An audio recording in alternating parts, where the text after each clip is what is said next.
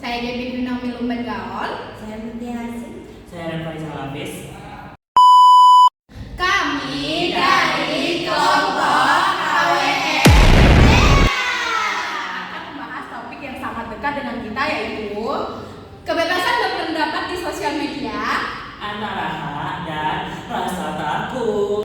Yuk simak pembahasan kami dengan selesai. Jadi sekarang media sosial udah menjadi bagian penting dari hidup kita untuk menyampaikan opini, pendapat, dan kritik. Namun akhir-akhir ini sepertinya menjadi sedikit sulit untuk menyampaikan pendapat. Alasannya bukan karena takut debat atau dapat serangan komentar dari netizen, tapi karena takut kedatangan aparat ke rumah lo ya. Katanya sih menyinggung. Fenomena ini buat kita mikir ulang sebelum nulis status ataupun komentar, karena nggak sedikit dari mereka yang malah menghadapi teror, intimidasi, sampai-sampai didatangi aparat ke rumah. Amnesty International mengungkap bahwa akun-akun media sosial yang terafiliasi dengan militer menyebarkan narasi yang menuduh aktivis, jurnalis, dan akademisi sebagai antek-antek asing hanya karena mengkritik pemerintah. Nah, kalau kita kaitkan dengan konsep digital citizen, kebebasan berpendapat dijamin oleh konstitusi kita loh guys. Pasal 28E ayat 3 UUD 1945 dengan jelas menjamin kebebasan berserikat dan mengeluarkan pendapat. Warga negara memiliki hak konstitusi untuk ikut dalam pengawasan pemerintahan lewat media digital. Tapi hal ini harus diimbangi dalam kewajiban untuk menyampaikan pendapat secara etis, berbasis data, dan tidak menyinggung serta menyebarkan fitnah ataupun hoax. Ayo kita lihat beberapa kasus contoh nyata dari pelanggaran kebebasan berpendapat di media sosial. Kasus pertama, Karik Anhar.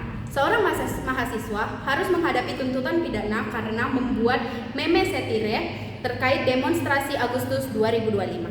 Ia mengedit tangkapan layar pernyataan pimpinan buruh dan jaksa, menganggapnya sebagai manipulasi informasi. Padahal kuasa hukum Karik menegaskan itu cuma buat satir yang tidak menyerupai tampilan asli. Kasus ini dianggap sebagai ancaman serius bagi kebebasan berekspresi, terutama bagi generasi muda yang takut menyuarakan pendapat. Kasus kedua yaitu konten kreator Ferry Irwandi yang diancam dan dikriminalisasi oleh TNI karena pernyataannya dalam acara TV soal algoritma internet. Pimpinan TNI bahkan mendatangi Polda Metro Jaya untuk melaporkannya. Padahal tugas pokok TNI adalah pertahanan bagi negara, bukan memerangi warga yang menyampaikan kritik di ruang publik. Lagi-lagi karena meme nih, 5 mahasiswa di ITB ditangkap dan dipersangka oleh polisi hanya karena mengunggah meme tentang Presiden Prabowo dan Presiden Jokowi. Padahal saat itu Mahkamah Konstitusi baru saja mengeluarkan aturan yang menyatakan keributan di media sosial tidak tergolong oleh pidana. Polisi dinilai memberikan respon berlebihan dan regresif terhadap kritikan yang disampaikan oleh mahasiswa tersebut. Teror fisik terhadap Andri Yunus. Andri Yunus adalah aktivis dari Komisi untuk Orang Hilang dan Korban Tindak Kekerasan atau Kontras. Ia menjadi korban penyiraman air keras, menyebabkan kerusakan permanen pada mata kanannya. Pelaku yang belakangan teridentifikasi berasal dari Badan Intelijen Strategis atau BAIS ini menandakan bahwa ancaman terhadap kebebasan berpendapat tidak hanya terjadi di ranah digital, tetapi sudah menambah ke kekerasan fisik.